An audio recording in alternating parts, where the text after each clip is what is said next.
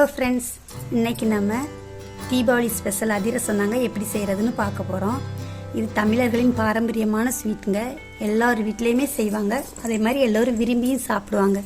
நிறைய பேருக்கு இது சரியாக செய்ய தெரியாதனால கடையில் வாங்கி செய்கிறாங்க. நான் சொல்கிற மெத்தடை நீங்கள் ஃபாலோ பண்ணிங்கன்னா நீங்களும் கண்டிப்பாக ரொம்ப ஈஸியாக இந்த அதிரசத்தை செய்யலாம். வாங்க அதை எப்படி செய்கிறதுன்னு பார்க்கலாம். ஃபஸ்ட்டு அதிரசம் செய்கிறதுக்கு நான் 1/2 கிலோ ரேஷன் பச்சரிசி எடுத்திருக்கேன். இப்போ இது ஒரு 4 நேரம் நல்லா கழுவிட்டு ஒரு 1 மணி நேரம் ஊற வச்சுக்குவோம். நீங்கள் கடையில் வாங்குகிற அரிசியாக இருந்தால் 2 நேரம் கழுவிட்டு ஊற வச்சுக்கோங்க. 1 மணி நேரம் ஆகுது. நல்லாவே அரிசி ஊறி வந்திருக்குது. இப்போ இந்த தண்ணியெல்லாம் நல்லா வடிச்சிட்டு ஒரு மிக்ஸி ஜாருக்கு மாற்றி திரிச்சு எடுத்துக்குவோம். பாருங்கள், இந்த அளவுக்கு திரிச்சா போதும். நான் 2 நேரமாக போட்டு திரிச்சிருக்கேன். அரிசியை திரிக்கிறதுக்கு முன்னாடி ரொம்ப உங்களுக்கு ஈரப்பதம் தெரிஞ்சதுன்னா ஒரு துணியில் நல்லா பரத்தி விட்டு ஃபேன் கடியில் ஒரு 10 நிமிஷம் காய வச்சுட்டு அதுக்கப்புறம் திரிச்சு எடுத்துக்கோங்க. ரொம்ப நைஸாக திரிக்கக்கூடாது, கொஞ்சம் சொரசொரப்பு தன்மை இப்படி இருக்கணும். அந்த அளவுக்கு திரிச்சுக்கோங்க. மிஷினில் கொடுக்குறதா இருந்தாலும் அதிரசத்துக்குன்னு சொல்லி திரிச்சு வாங்கிக்கோங்க.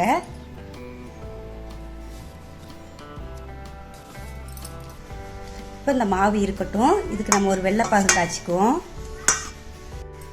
இப்போ பாகு காய்க்கிறதுக்கு நான் 350 கிராம் வெல்லம் எடுத்திருக்கேன். இதை ஒரு பாத்திரத்தில் போட்டுக்கலாம். கூடவே 1/4 டம்ளர் தண்ணி. தண்ணி கூடுதலாக சேர்த்துறாதீங்க, ரொம்ப கவனம். இப்போ வெல்லம் நல்லா கரைஞ்சி வர்றது வரைக்கும் நம்ம நல்லா கிளறி விட்டுட்டே இருப்போம்.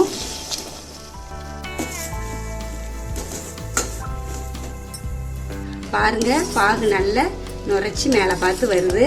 இந்த டைமில் ஒரு 1/2 ஸ்பூன் சுக்கு பொடி, கூடவே ஒரு 3 ஏலக்காயை தட்டி வச்சுருக்கேன், அதையும் சேர்த்துக்கலாம். இதை நல்லா மிக்ஸ் பண்ணி விட்டுக்குவோம்.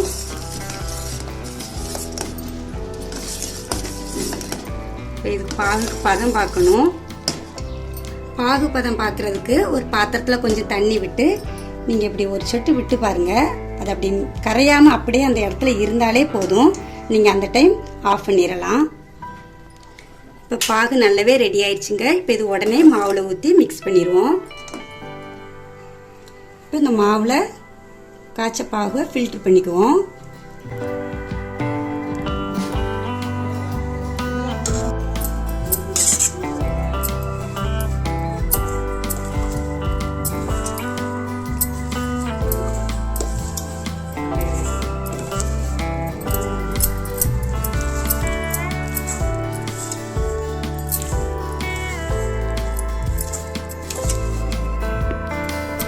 மிக்ஸ் பண்ணும்போது எந்த ஒரு கட்டியும் இல்லாமல் நல்லா கொழுன்னு மிக்ஸ் பண்ணி வச்சுக்கோங்க. அப்படின்னா தான் அதிரசம் நல்லா வரும். இப்போ இந்த டைமில் இது கூட ஒரு 1/2 ஸ்பூன் எள்ளு சேர்த்துக்கலாம்.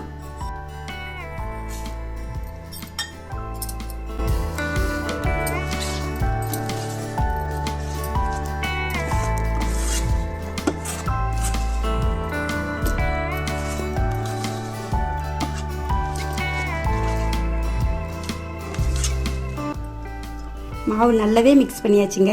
இப்படி மாவை தூக்கி விடுறப்ப இப்படி வடிஞ்சு விழணும். இதுதான் கரெக்டான பதம்.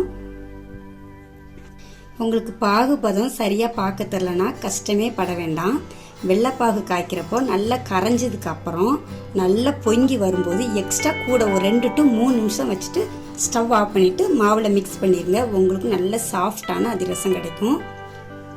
இப்போ இந்த மாவோட சூடு ஆறுனதுக்கப்புறம் நம்ம மூடி போட்டு வச்சுக்குவோம். இல்லைன்னா வேர்த்து தண்ணி உள்ளே விழுந்துடக்கூடாது. இப்படி தொட்டு பாருங்கள். சூடு ஆறுனதுக்கப்புறமா நம்ம மூடி போட்டு வச்சுக்கோங்க. ஒரு 2 நாள் கழித்து அதிரசம் சுட்டு எடுத்துக்கலாம். 2 நாள் ஆகுதுங்க. மாவு நல்லா ஊறி கெட்டியாகி வந்திருக்கு. பாருங்கள், பார்க்குறப்பவே தெரியுது.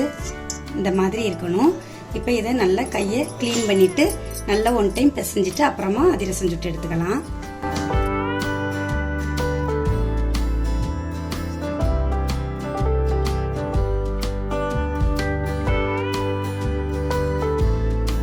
இப்போ இந்த மாவை இந்த மாதிரி உருண்டை பிடிச்சிட்டு பால் கவர் அல்லது பாலித்தீன் கவரில் கொஞ்சமாக எண்ணெய் தடவி அதில் இந்த மாவை வச்சு ஒரு அமுத்திக்கிட்டு நடுவில் ஒரு ஓட்டை போட்டு போடுறதா இருந்தாலும் போட்டுக்கோங்க.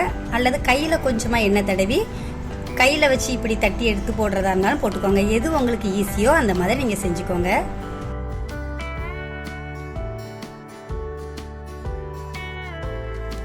எண்ணெய் நல்லாவே சூடாயிருச்சுங்க.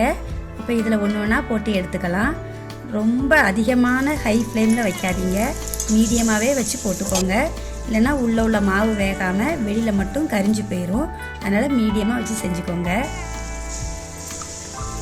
போட்டதுமே கிளறி விடாதீங்க. அது வெந்ததுமே கொஞ்சம் மேலே புஷ்ஷுன்னு எழும்பி வரும். அந்த டைம் நீங்கள் திருப்பி போட்டுக்கோங்க.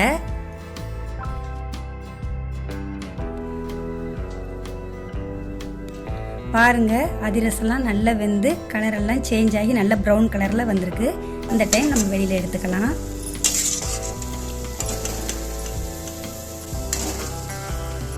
அவ்வளோதாங்க, சுட சுட அதிரசம் சூப்பராக ரெடி ஆயிடுச்சு. பாகு காய்க்கிறது மட்டும் நீங்கள் கரெக்டாக பண்ணிட்டீங்கன்னா உங்களுக்கும் நல்ல பெர்ஃபெக்டான அதிரசம் சாஃப்டாக கிடைக்குங்க.